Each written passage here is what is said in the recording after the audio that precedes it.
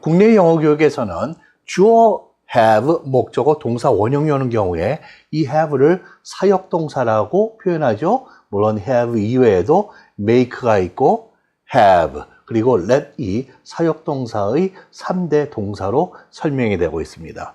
그러나 사역이라고 하는 말이 주는 강한 이미지, 남에게 일을 강제로 시키거나 강한 어떤 권위성, 명령성이 강조되는 그 어감 때문에 우리가 have 동사가 가지고 있는 이 구조의 의미를 정확히 전달받고 전달하지 못하는 그러한 문제를 갖고 있습니다.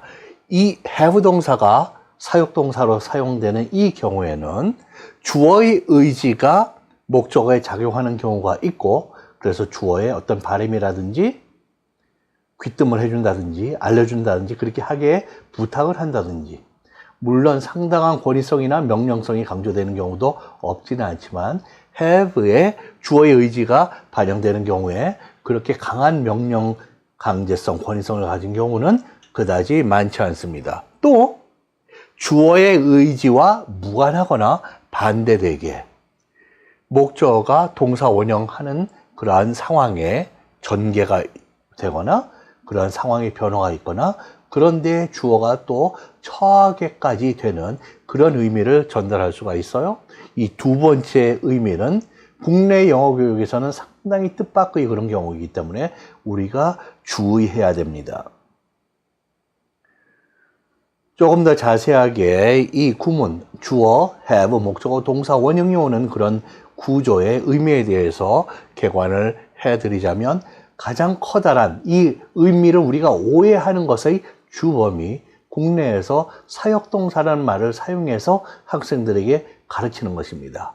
물론 대부분의 선생님들 또한 그 사역동사라는 말에 굉장히 have 동사가 실제로 가질 수 있는 의미의 범위를 충분히 이해하지 못하는 그런 문제가 생기는 것이죠.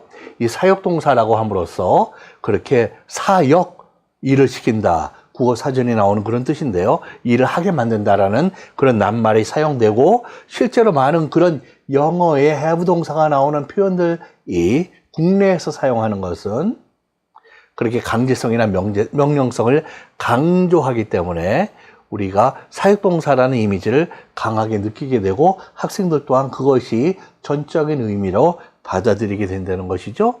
그러나 실제로 그렇게 강한 명령성, 강제성, 의무성 이런 것을 전달하는 경우는 have가 사역동사로 쓰이는 경우에도 소수의 경우에 불과하다. 다수는 아니다. 그리고 그렇게 주어의 의지가 반영되는 경우라 하더라도 대부분은 영향력이 그렇게 부드러운, 주문을 한다든지 돈을 내고 신청 부탁한다든지 무엇을 하기를 바란다든지 그렇게 제안을 한다든지 격려한다든지 귀뜸해서 목적어가 뭐 하게끔 해준다든지 그 사역의 의미보다 훨씬 강제력이 약한 그런 행위를 나타낸다.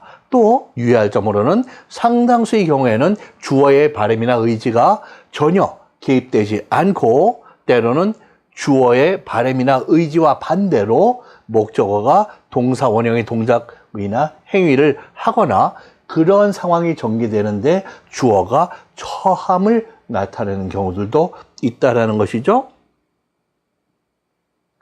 우리가 이 첫 번째 주어의 의지의 영향력이 행사되는 경우, 그렇게 대부분의 경우에는 부드러운, 즉 강제성이나 명령성이 강한 것이 아니라 메이크처럼 중 또는 많으면 중 또는 하야 정도에 해당하는 경우입니다. 그래서 상당히 부드러운 그런 경우이고, 또 하나는 두 번째 의미의 경우는 국내에서 전혀 가르치지 않는 것으로 주어의 의지 영향력이 미치지 않는, 오히려 주어가 그런 상황을 싫어할 수 있는 상황에도 처하는 경우들이 있다. 우리가 첫 번째든 두 번째든 그 주어의 의지의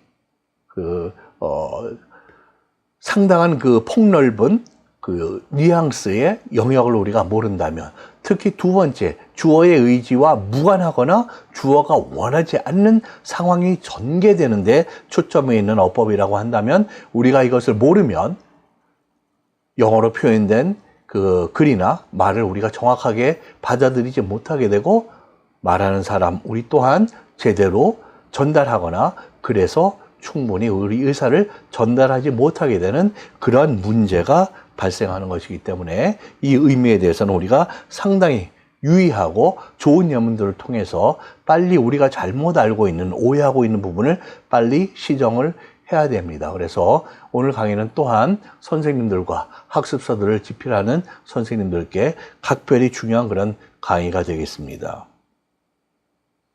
우선 첫 번째 유형으로 주어의 의지가 반영되는 경우, 주어가 어떤 명령성이나 강제성을 갖는 경우들이 없지 않다. 그러나 많은 경우는 그런 경우는 아니다. 그래서 명령이나 강제력이나 의무성, 강한 권위 이런 거는 대부분의 경우에는 make에 비하면 훨씬 미치지 못하는 그런 경우가 대부분이다라는 것이죠.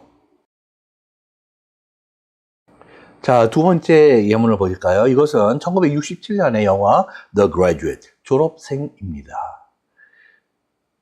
미국 영화에서는 상당히 중요한, 문화사적으로 중요한 비중을 차지하고 있는 영화이죠. 미국 사회의 기본적인 한쪽으로는 법과 질서, 정치적인 권위가 허물어지고 사회 문화적으로도 기득권층이라든지 나이 든 분들의 그런 절대적인 그런 지위나 권위가 많이 문제 제기가 되고 허물어지는 1960년대 중후반의 그런 분위기를 보여주는 대표적인 영화 중에 하나입니다.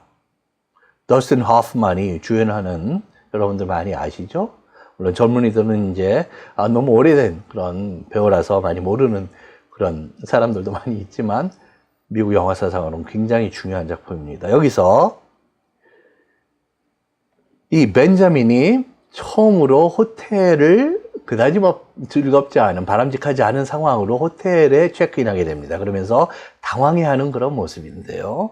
그 호텔의 클래크, 직원과 대화입니다. 그 모든 가방 안으로 갖고 들어오는 그 수고 하지 않겠다. 칫솔 하나뿐이에요. 라고 그렇게 안절부절하면서 자기를 방어하는 그런 표현을 하게 됩니다. 다시 한번 I just have a toothbrush. 여기서 I only have a toothbrush.